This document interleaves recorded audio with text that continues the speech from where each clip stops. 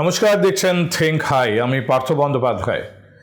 ইতিমধ্যেই রান্নার গ্যাসের সিলিন্ডার প্রতি 60 টাকা দাম বেড়ে গেল। আমি আপনাদের সঙ্গে এই নিয়ে আলোচনা করেছি যে পরিস্থিতি তৈরি হয়েছে মধ্যপ্রাচ্যে, তার জেরে সবথেকে বড় আঘাত লাগার কথা জ্বালানিতে, এবং এই জ্বালানির মধ্যে যেরকম পেট্রোল ডিজেল পড়ে সেরকমই রান্নার গ্যাসও পড়ে। কিন্তু আর একটা বিষয়ে আপনাদের আমি ইঙ্গিত দিয়েছিলাম, সেটা সম্পর্কে আজ একটু বিস্তারিত আলোচনা করতে এলাম। দেখুন, এই যুদ্ধটা মধ্যপ্রাচ্যে হচ্ছে ইরানের সঙ্গে মার্কিন যুক্তরাষ্ট্র, ইসরায়েল বা অন্যান্য মধ্যপ্রাচ্যের দেশগুলো কিছুটা অ্যাফেক্টেড। ভারতের সরাসরি এই যুদ্ধের সঙ্গে কোনো লেনাদেনা নেই। কিন্তু শুধু ভারত নয়, গোটা পৃথিবীর আগামী কয়েকটা মাস, আগামী একটা দুটো বছর ভয়ঙ্কর খারাপ যেতে পারে যদি এই যুদ্ধটা বেশি দিন চলে। ভাবছেন আমি জ্বালানির কথা বলছি। পেট্রোল, ডিজেল, পেট্রোলিয়ামের অন্যতম উৎপাদক এই গালফ কান্ট্রিগুলো, এবং সেখানে কোনো রকম অস্থিরতা থাকলে তার জের জ্বালানির উপর পড়বে বিশ্বজুড়ে। কিন্তু আমি জ্বালানির কথা বলছি না। জ্বালানি একটা বিপদ তো অবশ্যই, জ্বালানির জন্য একটা সমস্যা তো তৈরি হবে অবশ্যই। কিন্তু সেই সমস্যা যদি যুদ্ধটা একটা জায়গায় গিয়ে পৌঁছে একটা সিদ্ধান্ত হয়ে যায়, কে জিতলো কে হারলো, অর্থাৎ এই ধরনের ওয়ার টাইম সিচুয়েশন আস্তে আস্তে ইমপ্রুভ করে, তাহলে এই জ্বালানির সমস্যা মিটেও যাবে খুব তাড়াতাড়ি। অর্থাৎ এটা যেরকম খুব তাড়াতাড়ি একটা ক্রাইসিস তৈরি করছে, সেরকম খুব তাড়াতাড়ি সেই ক্রাইসিসটাকে ফেস করা যাবে, সেটাকে আবার মিটিয়েও নেওয়া যাবে। মাঝখানের সময়টায় অসুবিধা হবে, কিন্তু তারপরে আবার পরিস্থিতি স্বাভাবিক হওয়ার সম্ভাবনা। কিন্তু আমি যে বিপদটার কথা বলছি, সেই বিপদটা আজ কাল পরশু হবে না। এই বিপদটা কত বড় বিপদ তা বুঝতে আমাদের সময় লাগবে, হয়তো 2 মাস 3 মাস, আগামী 4-5 মাসও লেগে যেতে পারে। কিন্তু যদি সত্যি এটা হয়, তাহলে তার এফেক্ট এত সহজে মিটবে না। গোটা পৃথিবীর বিভিন্ন দেশ এর জন্য এফেক্টেড হবে, এবং সেই ক্ষতির পরিমাণ আগামী 1.5-2 বছর ভোগাতে পারে পৃথিবীকে, কি তার থেকে বেশিও। আমি কিসের কথা বলছি এবং কেন পার্টিকুলার সেই বিপদটাই গালফ কান্ট্রিতে যে ধরনের সমস্যায় তৈরি হোক না কেন, তার জেরে গোটা পৃথিবীর বহু দেশের সামনে সেই বিপদটা আসছে, যেটা আমরা অধিকাংশই আলোচনা করছি না, রিয়েলাইজ করছি না। আমরা ভাবছি পেট্রোল ডিজেল এর ক্রাইসিস হবে। অ্যাকচুয়ালি আমরা যেটাকে আমাদের আমলের মধ্যে আনছি না, তা হলো এই যুদ্ধটা যদি খুব বেশি দিন চলে, গোটা পৃথিবীর অধিকাংশ দেশের মানুষ না খেতে পেয়ে মরবে, একদম খাবার জুটবে না। তার কারণ গোটা পৃথিবীতে বিভিন্ন দেশে, বিশেষত যে সমস্ত দেশগুলোয় চাষবাস বেশি হয়, সেই সমস্ত দেশগুলোয় এর সরাসরি প্রভাব পড়বে কৃষিতে। ভাবছেন মধ্যপ্রাচ্যের যুদ্ধের প্রভাব কৃষিতে কিভাবে পড়বে? আমি এর ইঙ্গিত আপনাদের আগেই দিয়েছি। কৃষিতে পড়বে, তার কারণ কৃষির একটা অন্যতম উপাদান সার, ফার্টিলাইজার। আজকাল আর শুধু জল আর সূর্যের আলো দিয়ে চাষ হয় না। ফার্টিলাইজার, নাইট্রোজেন ফার্টিলাইজার অন্যতম গুরুত্বপূর্ণ উপাদান চাষের জন্য।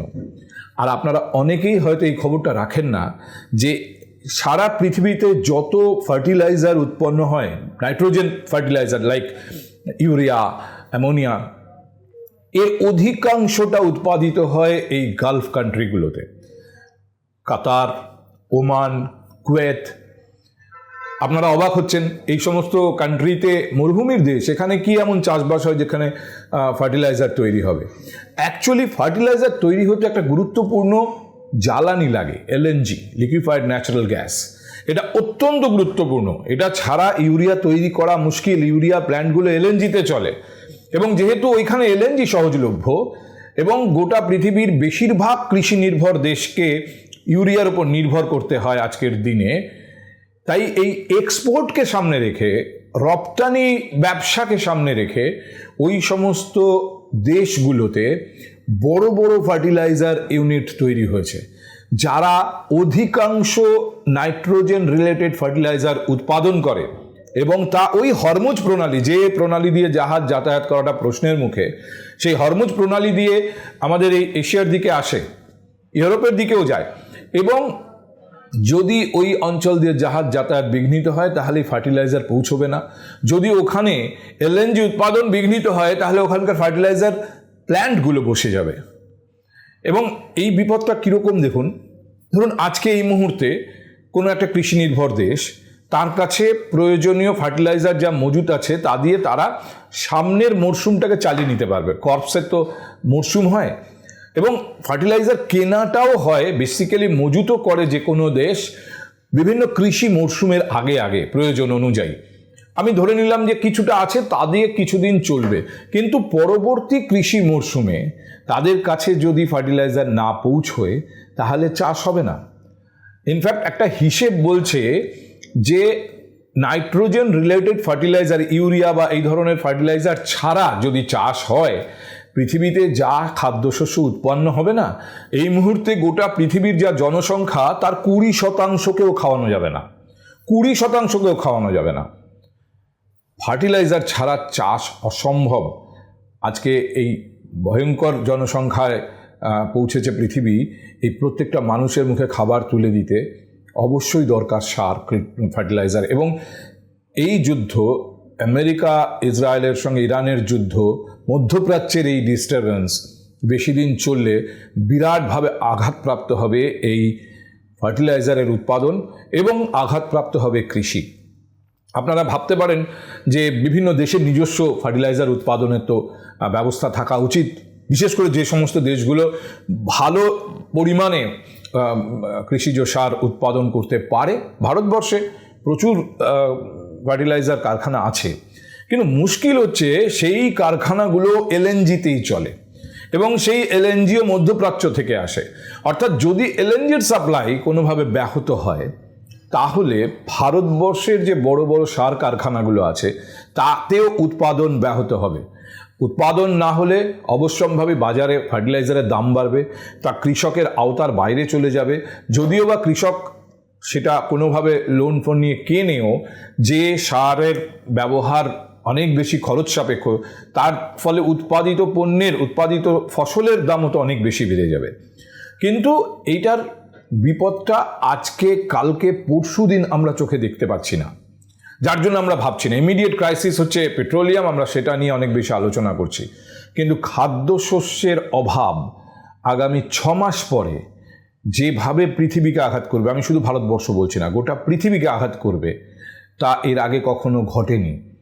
এবং এই মুহূর্তে পৃথিবীর যা জনসংখ্যা, সেই জনসংখ্যাকে খাওয়াতে গেলে যে পরিমাণ খাদ্যশস্য উৎপাদন করা দরকার, কোনোভাবে এই নাইট্রোজেন ফার্টিলাইজার উৎপাদন ব্যাহত হলে তা আগামী 1-1.5 বছর একটা বিরাট ফুড ক্রাইসিস তৈরি করবে গোটা পৃথিবী জুড়ে এবং এর ফলাফল হবে মারাত্মক। আজকে ব্রাজিল তার নিজস্ব কৃষিজ কাজের জন্য, ব্রাজিলে যথেষ্ট ভালো এগ্রিকালচার, একটা অন্যতম বড় প্রধান জায়গা নিয়ে আছে ব্রাজিলেও, ভারতবর্ষের মতো কৃষি প্রধান দেশ বলা যায়। সেখানে নিজস্ব ফার্টিলাইজার উৎপাদনের ক্ষমতা অত্যন্ত সীমিত। তাদের পুরোপুরি নির্ভর করতে হয় ইম্পোর্টেড ফার্টিলাইজারের ওপর, যে ফার্টিলাইজারগুলো সব এই মধ্যপ্রাচ্যের বিভিন্ন প্ল্যান্ট থেকে যায়। ভারতবর্ষে নিজস্ব উৎপাদন ক্ষমতা আছে ফার্টিলাইজারের, কিন্তু সেই প্ল্যান্টগুলো যদি বসে যায় এলএনজির অভাবে, তাহলে ভারতবর্ষেও ভয়ঙ্কর রকম ফার্টিলাইজার ক্রাইসিস তৈরি হবে।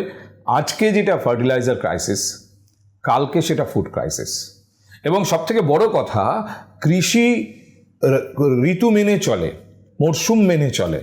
ফলে একটা কৃষি মরশুম ব্যাহত হওয়া মানে তার আঘাতটা যখন 6 মাস পরে এসে পড়বে, তখন একটা কৃষি মরশুম যতটা সময় নিয়ে হয়, আঘাতটাও ততটা সময় নিয়ে বাজারকে প্রভাবিত করবে। অর্থাৎ একটা কৃষি মরশুমে ধরুন 4 মাস, একবার ওই মরশুমটা দিয়ে মিস হয়ে গেল, অর্থাৎ প্রয়োজনীয় সার পাওয়া গেল না, 4 মাসের মধ্যে আর সেই ক্রাইসিস মেটানো সম্ভব না। আবার পরের মরশুমে 4 মাস পরে গিয়ে আবার যখন নতুন মরশুমের চাষ হবে, কি 8 মাস পরে গিয়ে কোথাও কোথাও, যেখানে বছরে 2টো বেশি ফসল হয় না, পরের মরশুমে গিয়ে সেই ক্রাইসিস মেটানোর সুযোগ, যদি তার মধ্যে ফার্টিলাইজার সাপ্লাই নর্মাল হয়ে যায়। ফলে বুঝতেই পারছেন যে যুদ্ধ মধ্যপ্রাচ্যে হচ্ছে, সেই যুদ্ধ শুধুমাত্র জ্বালানির ওপরে প্রভাব ফেলবে তা নয়, আগামী দিনে খাদ্য সরবরাহের ওপরে এর বিরাট প্রভাব পড়ার সম্ভাবনা, এবং সেটা বিপদ হিসেবে আরও অনেক বড়।